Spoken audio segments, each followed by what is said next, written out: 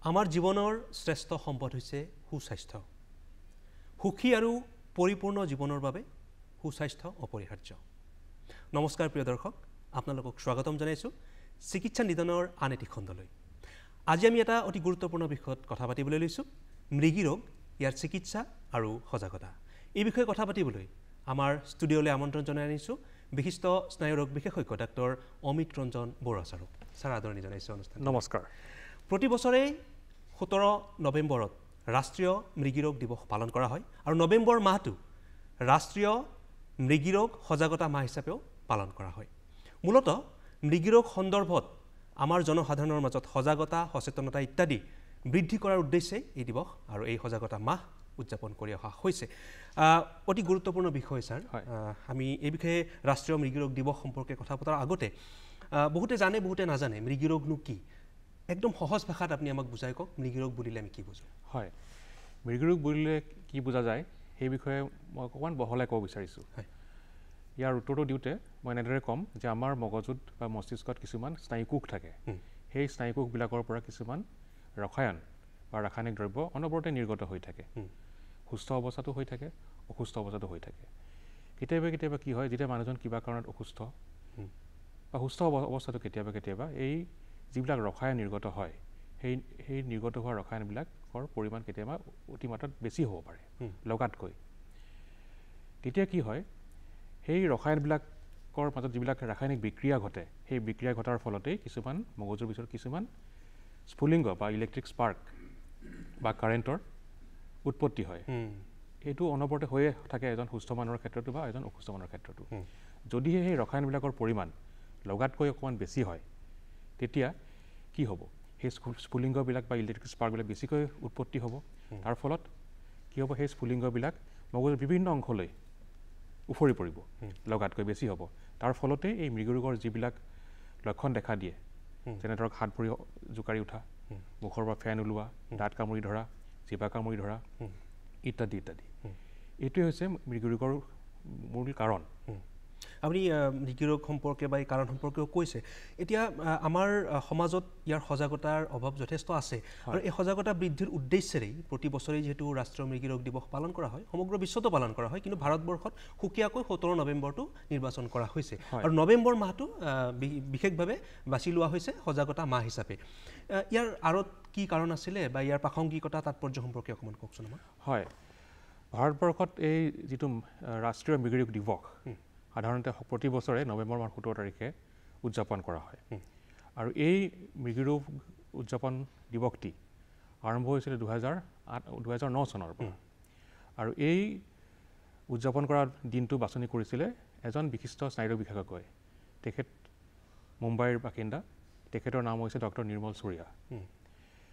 তেখেতে দেখিছিলে যে এই মৃগী ৰোগত যিবিলাক মানুহৰ আমাৰ ভাৰতবৰ্ষত বিশেষকৈ গাঁও অঞ্চলেই হওক বা চহৰ অঞ্চলেই হওক, যেনেদৰে তেখেতসকলৰ এই ৰোগৰ লক্ষণসমূহ দেখা দিয়ে আৰু বা সমাজত যিবিলাক কুসংস্কাৰ থাকে সেইবিলাক দূৰ কৰিবৰ কাৰণে, যাতে ৰাইজৰ মাজত, জনসাধাৰণৰ মাজত এই মৃগী ৰোগৰ যি কুসংস্কাৰ, যি জনসাধাৰণৰ অভাৱ আছে তেওঁলোকৰ, অন্ধবিশ্বাস কুসংস্কাৰসমূহ যাতে আঁতৰ কৰিব পাৰি, সেই উদ্দেশ্যেই ভাৰতবৰ্ষত এই দিৱসটি তেখেতে আৰম্ভ কৰিছিল। আৰু নৱেম্বৰ মাহটো গোটেই মাহটোৱে আচলতে সজাগতা মাহ হিচাপে উদযাপন কৰাৰ সিদ্ধান্ত গ্ৰহণ কৰা হয়। এতিয়া আপুনি কৈছে কুসংস্কাৰ, অন্ধবিশ্বাস এতিয়াও আমাৰ সমাজত আছে। এই কুসংস্কাৰ, অন্ধবিশ্বাসৰ পৰা আমি পৰিত্ৰাণ পাবৰ কাৰণে কিন্তু আমি সকলোৱে সজাগ হ'ব লাগিব, নহয় জানো? আৰু আমি এই বিষয়ে কথা পাতিম। তাৰ আগতে আপুনি প্ৰাথমিক লক্ষণসমূহ কৈছে, আৰু কেনেকুৱা কেনেকুৱা লক্ষণ আছে? হয়, মই ইতিমধ্যে কৈছোঁ যে সাধাৰণতে আমি দেখোঁ যে যেতিয়া এনে ৰোগত কোনো এজন ব্যক্তি আক্ৰান্ত হয়, তেতিয়া হাত ভৰি জোকাৰি উঠে, মুখৰ পৰা ফেন ওলাই আহে, দাঁত কামুৰি ধৰে, জিভা কামুৰি ধৰে। আৰু কেতিয়াবা কেতিয়াবা কি হয়, মানুহজন অজ্ঞান হৈও পৰিব পাৰে।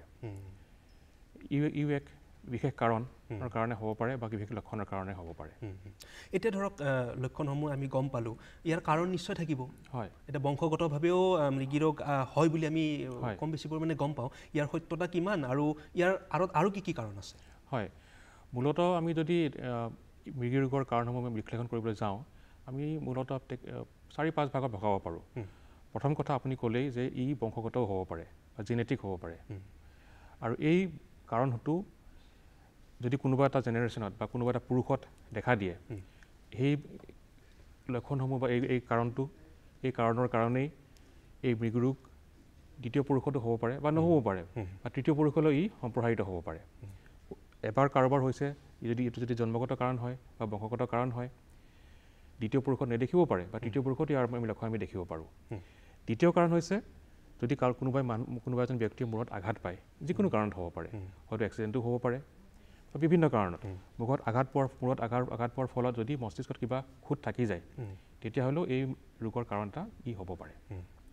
তৃতীয় কাৰণ হৈছে যদি কোনোবা এজন ব্যক্তিৰ যদি মগজুত কিবা যদি ইনফেকশ্যন হৈছিলে, ধৰি ল'লোঁ যদি কাৰোবাৰ এনকেফেলাইটিছ হৈছিলে, বিশেষকৈ জাপানীজ এনকেফেলাইটিছ, যিটো নেকি আমাৰ দেশত আমাৰ ৰাজ্যত বিশেষকৈ বেছিকৈ আমি দেখিবলৈ পাওঁ।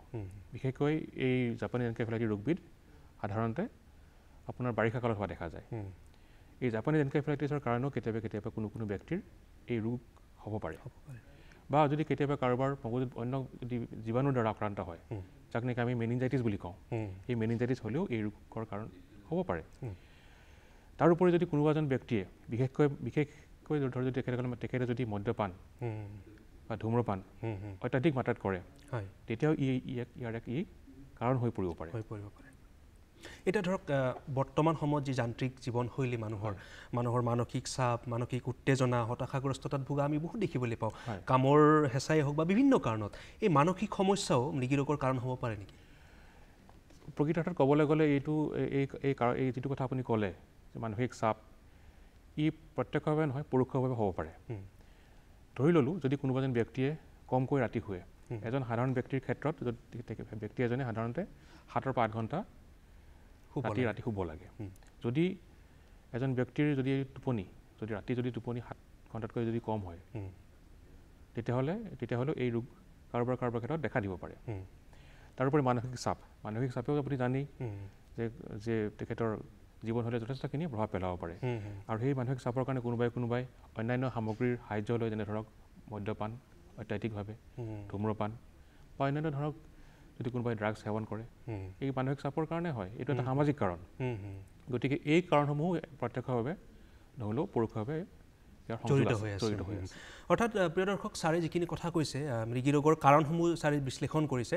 ইয়াৰ পৰা আমি এটা কথা গম পালোঁ যে আমি সজাগ হ'ব লাগিব আৰু বিভিন্ন ক্ষেত্ৰত যি মানসিক সমস্যা পৰোক্ষভাৱে জড়িত হৈ আছে, গতিকে মানসিক সমস্যাৰ পৰা পৰিত্ৰাণ পাবৰ বাবে আমি শাৰীৰিক ব্যায়াম, মানসিক ব্যায়াম যথেষ্ট সুবিধা আছে বৰ্তমান সময়ত।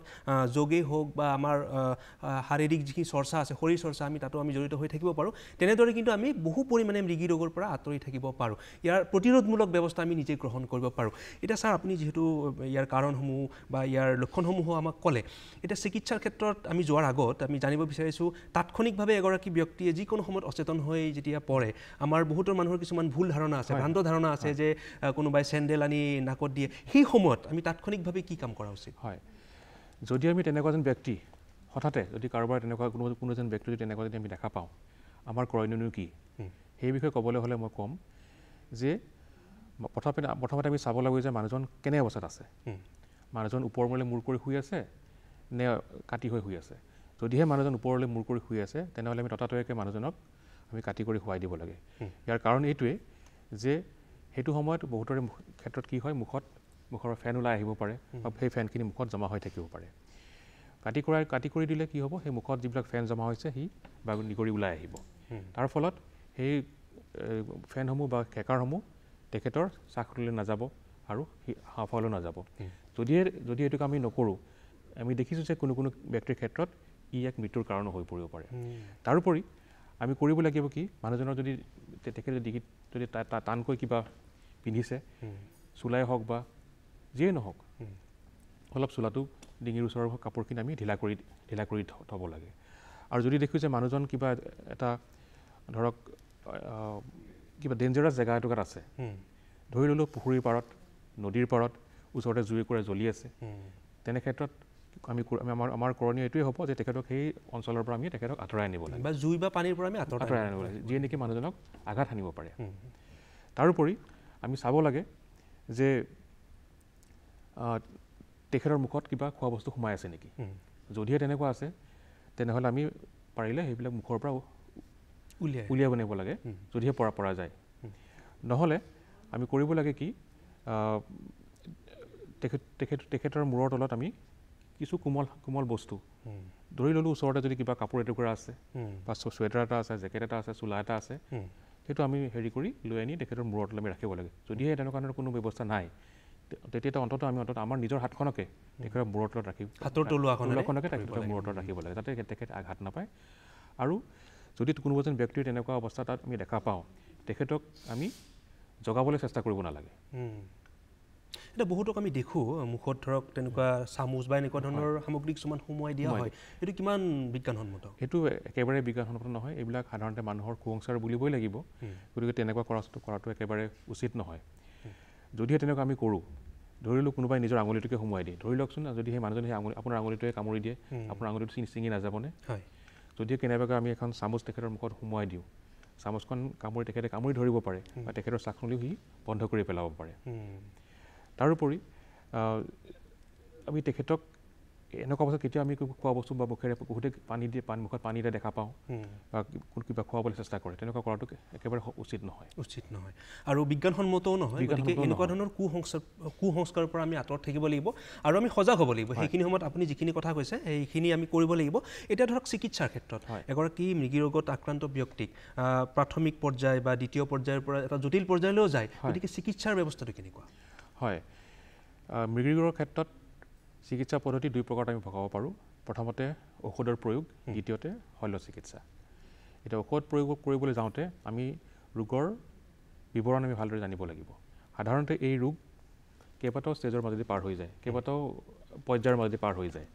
প্ৰথমতে আমাৰ চিকিৎসা বিজ্ঞান ভাষাত প্ৰি মনিটৰী ষ্টেজ বুলি কয় বা প্ৰড্ৰমেল ষ্টেজ বুলি কয়। সেইটো প্ৰাথমিক অৱস্থা, যিটো সময়ত নেকি মানুহজনে কিবা বেলেগ ধৰণৰ এটা অস্বাভাৱিক গুণ এটা পাব পাৰে বা কিবা অলপমান চকুৰ আগত কিবা ভাহি ফুৰাও দেখিব পাৰে তেখেতে, যিটো নেকি এটা নৰ্মেল অৱস্থা বা সৰল অৱস্থা নহয়। দ্বিতীয়তে কাৰোবাৰ ক্ষেত্ৰত আমি দেখোঁ যে হাত ভৰি জোকাৰে, যিটো নেকি ইকটেল ফেজ বুলি কয়।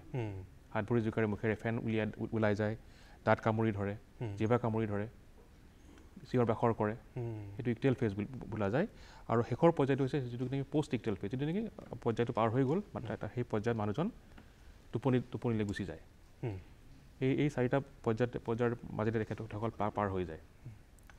তাৰোপৰি আমি দেখিছোঁ যে কিছু মৃগী ৰোগীৰ ক্ষেত্ৰত সকলোখিনি মৃগী ৰোগীয়ে যে অজ্ঞান হৈ পৰিব তেনেকুৱাও নহয়। কোনো মৃগী ৰোগী অজ্ঞান নহ'বও পাৰে। গতিকে এই চিকিৎসা পদ্ধতিত আমি ঔষধ প্ৰয়োগৰ ক্ষেত্ৰত কিছুমান ঔষধ পাতি আছে, যিটো নেকি মৃগী ৰোগৰ প্ৰকাৰৰ ওপৰত নিৰ্ভৰ কৰে কোনটো ঔষধ আমি প্ৰয়োগ কৰিম। আৰু এইটো নিৰ্ভৰ কৰিব তেখেতৰ তেখেতৰ ৰোগৰ বিৱৰণৰ ওপৰত, যাক নেকি আমাৰ মেডিকেল হিষ্ট্ৰী বুলি যিটো কোৱা যায়, তাৰ ওপৰত সকলোখিনি নিৰ্ভৰ কৰিব। এতিয়া ধৰক আপুনি যিখিনি লক্ষণ কৈছে, যিখিনি কাৰণ কৈছে, এই কাৰণ বা এই লক্ষণসমূহ যেতিয়া দেখা দিয়ে চিকিৎসকৰ ওচৰলৈ যোৱাটো অতি প্ৰয়োজন, নহয় জানো? চিকিৎসকৰ লগত যোগাযোগ কৰি তেওঁৰ সেই প্ৰাথমিক লক্ষণতেই যদি আমি চিকিৎসা কৰোঁ, তেতিয়াহ'লে নিশ্চয় আমি এই ৰোগৰ পৰা পৰিত্ৰাণ পাব পাৰোঁ। এতিয়া ধৰক জটিল পৰ্যায়লৈ গ'ল এগৰাকী ব্যক্তিয়ে, তেতিয়া তেওঁৰ কেনেকুৱা ধৰণৰ চিকিৎসা হ'ব? হয়, জটিল পৰ্যায় কেতিয়াবা এনে ৰোগীৰ ক্ষেত্ৰত আমি দেখা পাওঁ। এই জটিল পৰ্যায়ত এনেকুৱা হয় যে মানুহজনৰ যিটো মৃগী ৰোগৰ বিৱৰণ, মৃগী ৰোগটো বন্ধ হৈ নাযায়, চলিয়ে থাকে। যদিহে এই মৃগী ৰোগৰ যিটো লক্ষণসমূহ যদি 5 মিনিটতকৈ বেছিকৈ 5 মিনিটৰ ওপৰত যদি গুচি যায়, তেতিয়াহ'লে আমি আমাৰ চিকিৎসা বিজ্ঞান ভাষাত ষ্টেটাছ ইপিলেপ্টিকাছ বুলি কোৱা হয়। আৰু এই পৰ্যায়ত আমি সাধাৰণতে তেখেতক আমি ততাতৈয়াকৈ চিকিৎসকৰ ওচৰলৈ নিব লাগে, পৰাপক্ষত এখন ভাল উন্নতমানৰ হস্পিটেললৈ লৈ আহিব লাগে। তাত কি কৰা যায়, আমি যিহেতুকে তেখেতৰ সেই সময়ত সেই লক্ষণসমূহ চলি থাকে, গতিকে তেখেতে মুখেৰে আমি দৰৱ পাতি আমি দিব নোৱাৰোঁ। কাৰণ আগতে আপোনাক উল্লেখ কৰিছোঁ যে এনেকুৱা অৱস্থা আমি মুখেৰে কোনো বস্তু আমি তেখেতসকলক দিব নালাগে। গতিকে তেখেতক কেনেদৰে আমি চিকিৎসা কৰিম? আমি তেখেতক ইনজেকশ্যনৰ সহায়ত, বেজীৰ সহায়ত আমি চিকিৎসা কৰিব লাগিব। গতিকে এখন উন্নতমানৰ হস্পিটেললৈ নিয়াটো অত্যন্ত প্ৰয়োজন বা এজন চিকিৎসকৰ ওচৰলৈ নিয়াটো অত্যন্ত প্ৰয়োজন। গতিকে তেনে পৰ্যায়ত আমি সেই ৰোগীজনক আমি বেজীৰ সহায়ত বা চেলাইনৰ সহায়ত বা ড্ৰিপৰ সহায়ত আমি ঔষধসমূহ প্ৰয়োগ কৰোঁ। কোনো ক্ষেত্ৰত দেখা যায় যে অকল এয়াই পৰ্যাপ্ত নহয়। তেনে ৰোগীক আমি সাধাৰণতে ICU পৰ্যন্ত আমি ৰাখিবলগীয়া হ'ব পাৰে। আৰু কোনো ক্ষেত্ৰত আমি কোনো ব্যক্তিক যদি আই চি ইউ পৰ্যাপ্ত নহয় তেতিয়াহ'লে হয়তো তেখেতক আমি অপাৰেশ্যন থিয়েটাৰলৈ লৈ যাবলগীয়া হ'ব পাৰে। গতিকে প্ৰিয় দৰ্শক, আমি এই জটিল পৰ্যায়লৈ যাতে যাবলগীয়া নহয় মৃগী ৰোগী এগৰাকীয়ে, তাৰ কাৰণে আগতীয়াকৈ প্ৰতিৰোধমূলক ব্যৱস্থা গ্ৰহণ কৰিব লাগিব আৰু সজাগতাই হৈছে মূল মন্ত্ৰ। ছাৰে আৰম্ভণিতে কৈছে যে আমি সজাগ হ'ব লাগিব আৰু সজাগতাৰ জৰিয়তে কিন্তু আমি মৃগী ৰোগ প্ৰতিৰোধ কৰিব পাৰোঁ, নিয়ন্ত্ৰণ কৰিব পাৰোঁ। এতিয়া সজাগতাৰ কথাটো আহিছে, প্ৰতি বছৰে যিহেতু 17 নৱেম্বৰটো নিৰ্বাচনো কৰা হৈছে বা গোটেই নৱেম্বৰ মাহটো বাছি লোৱা হৈছে, কিন্তু জীৱনৰ প্ৰতি খোজতে আচলতে আমি সজাগ হ'ব লাগিব। অকল এগৰাকী ব্যক্তিয়েই নহয়, এটা পৰিয়ালেই নহয়, এখন সমাজ ইয়াৰ দ্বাৰা প্ৰভাৱিত হয় মৃগী ৰোগৰ দ্বাৰা, নহয় জানো? কুসংস্কাৰ, অন্ধবিশ্বাস এই সকলোবিলাক আমি নাশ কৰিব লাগিব, যাৰ কাৰণে কিন্তু সজাগ হ'ব লাগিব আমি প্ৰত্যেকজন মানুহেই। এতিয়া আগতীয়াকৈ প্ৰতিৰোধমূলক ব্যৱস্থা আমি কেনেদৰে গ্ৰহণ কৰিম?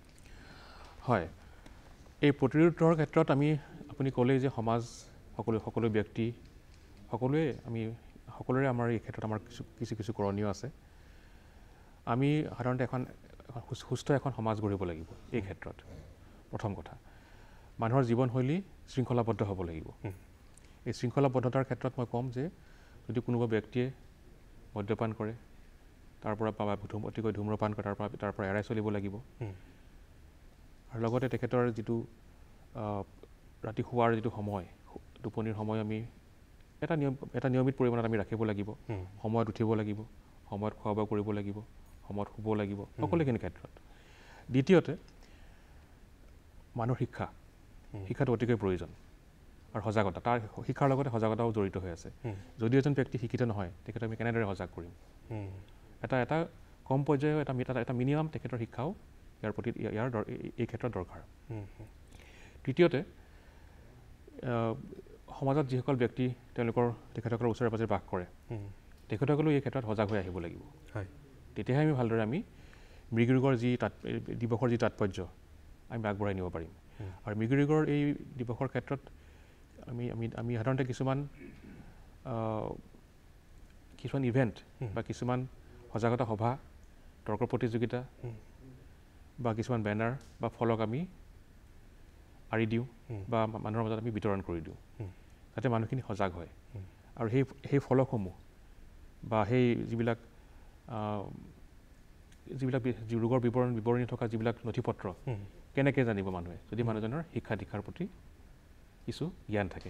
গতিকে শিক্ষা এই ক্ষেত্ৰত যথেষ্টখিনি প্ৰয়োজন। আৰু আপুনি কৈছে যে বিভিন্ন সজাগতামূলক যি কাৰ্যসূচী, ধৰক কৰ্মশালাই হওক বা বিভিন্ন ধৰণৰ আলোচনী চক্ৰই হওক, নহয় আলোচনা চক্ৰই হওক বা বিভিন্ন গাঁৱে আমাৰ অনুষ্ঠান অনুষ্ঠিত হয়, গতিকে তাতো আমি আচলতে এই বিষয়ে আমি কথা পাতিব পাৰোঁ। আমাৰ গাঁও সভা হয়, নহয় জানো? চহৰে নগৰে বিভিন্ন অনুষ্ঠান প্ৰতিষ্ঠান আছে, বিদ্যালয় আছে, বিশ্ববিদ্যালয়, মহাবিদ্যালয়, সকলোতে ছাত্ৰ ছাত্ৰীসকলৰ মাজত আমি এই বিষয়ে সজাগতা আমি বৃদ্ধি কৰিব পাৰোঁ। তেতিয়াহে আচলতে আমি এই ৰোগক নিয়ন্ত্ৰণ কৰিব পাৰিম বা মানুহ অধিক সজাগ হ'ব। এতিয়া এগৰাকী মৃগী ৰোগী, ধৰক আমি বিভিন্ন সময়ত কথা পাতোঁ যে তেখেতে বিভিন্ন সময়ত হঠাৎ অচেতন হৈ পৰিলে, এতিয়া মানুহে গম নাপায় কি কাৰণত তেওঁ হৈছে। তেখেতে যদি কাগজত এটুকুৰাত যদি লিখি ৰাখে, হয় নহয়, তেনেকুৱা কিবা কৰিব পাৰে নেকি? হয়, একেবাৰে উচিত কথা এটা আপুনি ক'লে। যদি কোনোবা এজন ব্যক্তি, ধৰি ল'লোঁ এজন অচিনাকি ব্যক্তি, এজন ব্যক্তি এখন অচিনাকি জেগালৈ গৈছে, হঠাতে তেখেতৰ ৰাস্তাতে ধৰক তেনেকুৱা এটা ৰোগৰ লক্ষণে দেখা দিলে আৰু মানুহজন অচেতন হৈ পৰি গ'ল ৰাস্তাতে। তেখেতক ওচৰে পাজৰে থকা কোনো মানুহে চিনিও নাপায়, নাজানেও, কেনেকৈ গম পাব যে তেখেতৰ কি হৈছে, কি হোৱা নাই, বা তেখেতৰ আগতে কিবা আছে নেকি ৰোগৰ বিৱৰণ? সেই ক্ষেত্ৰত তেখেতে কৰিব পাৰে কি, এখন সৰু কাগজতে হওক বা এখন কিতাপতে হওক, এখন বহী এখনতে হওক, তেওঁৰ ৰোগৰ বিৱৰণৰ বিষয়ে লিখি থ'ব পাৰে, বা তেখেতে কি দৰৱ সেৱন কৰে সকলোখিনি কথা লিখি থ'ব পাৰে, লিখি থৈ নিজৰ পকেটত ৰাখিব পাৰে। এখন নোটবুকতে পাৰে সেই কামটো কৰিব, বা এখন সৰু ডাঠ কাগজত বা সৰু কাগজ এখনতে তেখেতে ৰাখিব পাৰে।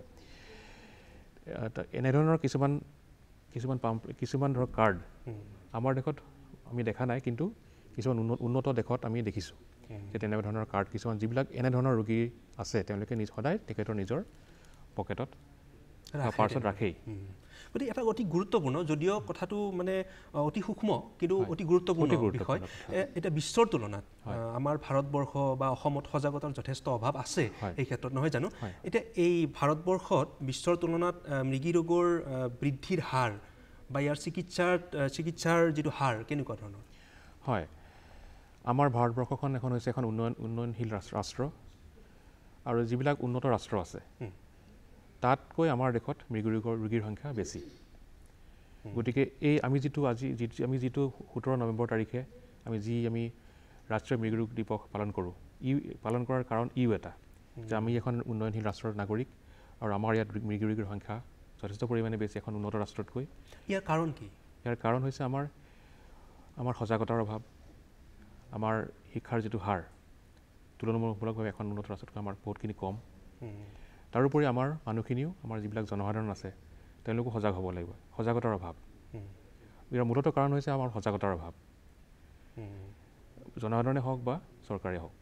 গতিকে আমি সকলোৱে একেলগে উমৈহতীয়াভাৱে কাম কৰিব লাগিব মৃগী ৰোগ প্ৰতিৰোধৰ ক্ষেত্ৰত। এতিয়া আমাৰ ভাৰতবৰ্ষৰ ক্ষেত্ৰতে আমি কথা পাতিছোঁ, এতিয়া অসমত ইয়াৰ প্ৰভাৱ কিমান পৰিছে যেতিয়াৰ পৰা এই মৃগী ৰোগ দিৱস পালন কৰি অহা হৈছে বা সজাগতা মাহ উদযাপন কৰি অহা হৈছে? হয়, এইটো এটা অতি গুৰুত্বপূৰ্ণ প্ৰশ্ন আৰু উত্তৰটো দিবলৈ কিছু অলপ কঠিনো। আমি আমাৰ ৰাজ্যখনত আমি এই ৰোগ দিৱস, ৰাষ্ট্ৰীয় ৰোগ দিৱস পালন কৰি আমি কিমান সফল হৈছোঁ। যিহেতুকে এই ৰোগ দিৱসটি আৰম্ভ হৈছিলে 2009 চনত, আজি ধৰক প্ৰায় 15-16 বছৰ হৈ গ'ল। আগতকৈ আমি দেখিছোঁ যে আমাৰ হস্পিটেলসমূহত যিবিলাক ৰোগী আহে আগতকৈ এই ৰোগীৰ সংখ্যা যথেষ্টখিনি বেছি আগৰ তুলনাতকৈ। গতিকে আমি ক'ব পাৰোঁ যে কিছু পৰিমাণে এতিয়াও আমি ডাঠি ক'ব নোৱাৰোঁ যে আমি সফল হৈছোঁ। আমাৰ কৰণীয় এতিয়াও বহুত বাকী আছে কৰিবলৈ। আমি দেখিছোঁ আগতকৈ আমি যথেষ্টখিনি এই ৰোগ দিৱস পালন কৰি যথেষ্টখিনি আমি উপকৃত হৈছোঁ। এতিয়া ধৰক আপুনি চিকিৎসাৰ ক্ষেত্ৰখনত যিহেতু জড়িত হৈ আছে, বিভিন্ন মানুহ লগ পায়, বিভিন্ন ঠাইলৈ গৈছে। আমাৰ সমাজত এতিয়াও বিভিন্ন পিছপৰা অঞ্চলত মানুহ এই ক্ষেত্ৰত সজাগ নহয়, তেওঁলোকৰ মানসিকতা আমি কেনেদৰে সলনি কৰিব পাৰিম?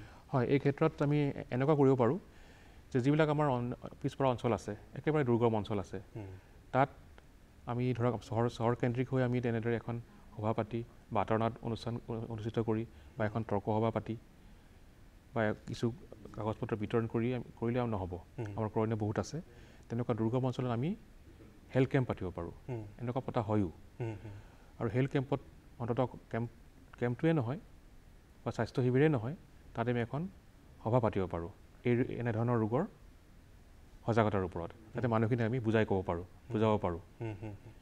অতি আৱশ্যক, আচলতে আৱশ্যকীয় এটা পদক্ষেপ হ'ব যদি আমি এনেকুৱা ধৰণে কাম কৰিব পাৰোঁ। পিছপৰা অঞ্চলত মানুহখিনি সজাগ হ'ব, তেওঁলোকে গম পাব যে মৃগী ৰোগ কি, আৰু এই যি তেওঁলোকৰ মগজুত বা আমাৰ অন্তৰত যি ধৰণৰ এটা অন্ধবিশ্বাস কুসংস্কাৰ আছে নহয় জানো, সেইসমূহ আমি নস্যাৎ কৰিব পাৰিম। এতিয়া আমাৰ যিহেতু সময় কমি আহিছে, আপুনি এই বিশেষ ৰোগটিৰ পৰা পৰিত্ৰাণ পাবলৈ আমাৰ ৰাইজক কি আহ্বান জনাব বা কেনেকুৱা ধৰণৰ মেছেজ আপুনি দিব? হয়, এই ক্ষেত্ৰত মই ক'ম যে প্ৰথম কথা, এই ৰোগৰ বিষয়ে আমি সজাগ হ'বই লাগিব, প্ৰতিজন ব্যক্তিয়ে সজাগ হ'বই লাগিব, তাৰ গত্যন্তৰ নাই। তাৰোপৰি যদি আমি এনেকুৱা ধৰণৰ ৰোগীক আমি দেখোঁ, আমাৰ সমাজত কিছুমান কুসংস্কাৰ আছে যে এনে ৰোগ এজনৰ পৰা আন এজনলৈ হুঁচৰি আহে, সেই কথাটো আমি কেতিয়াও আনক এনেদৰে আমি এনেদৰে বুজাব লাগে যে এই ৰোগ এজনৰ পৰা আন এজনলৈ নাযায়, কেতিয়াও নাযায়। তেওঁলোকৰ লগত কোনো উঠা বহা কৰিলে বা খোৱা বোৱা কৰিলে আমাৰ গালৈ কেতিয়াও নাহে। গতিকে তেনেদৰে আমি বুজাব লাগিব তেখেতসকলক যে এই ৰোগ আমি নিৰ্মূল কৰিব পাৰোঁ। আমি এই ৰোগ নিৰ্মূল কৰিব পাৰোঁ সজাগতাৰ জৰিয়তে, আমাৰ সচেতনতাৰ জৰিয়তে। প্ৰিয় দৰ্শক, ছাৰে যিখিনি কথা কৈছে এই কথাখিনি আমি সকলোৱে হৃদয়ংগম কৰিব লাগিব আৰু আমি সংকল্পবদ্ধ হ'ব লাগিব যে আমি মৃগী ৰোগক কেনেদৰে প্ৰতিৰোধ কৰিব পাৰোঁ, মৃগী ৰোগৰ পৰা আমি কেনেদৰে পৰিত্ৰাণ পাব পাৰোঁ, সমাজত থকা কুসংস্কাৰ অন্ধবিশ্বাস আমি কেনেদৰে নস্যাৎ কৰি এই মৃগী ৰোগ মুক্ত এখন সমাজ, এখন দেশ আমি গঢ় দিব পাৰোঁ। ছাৰ, বহুখিনি কথা পাতিলোঁ, আমাৰ বহুখিনি কথা হয়তো ৰৈ গ'ল, ভৱিষ্যতে নিশ্চয় কথা পাতিম। আমি আশা কৰিছোঁ আমাৰ দৰ্শকসকল উপকৃত হৈছে, তেখেতসকলে এই ক্ষেত্ৰত আগভাগ ল'ব। মই, আপুনি, আমি সকলোৱে প্ৰত্যেকেই এই ক্ষেত্ৰত আগভাগ লৈ মৃগী ৰোগ আমি প্ৰতিৰোধ কৰিম আৰু দেশক আমি মুক্ত কৰিব বিচাৰিম মৃগী ৰোগৰ পৰা, নহয় জানো? গতিকে এই আশাৰে আজিৰ অনুষ্ঠানৰ পৰা আমি বিদায় লৈছোঁ। প্ৰিয় দৰ্শক, আহক আমি সকলোৱে মিলি মৃগী ৰোগ মুক্ত এখন দেশ গঢ় দিওঁ, সেই আশাৰে বিদায় লৈছোঁ আজিৰ অনুষ্ঠানৰ পৰা। চাই থাকিব DD অসম। নমস্কাৰ।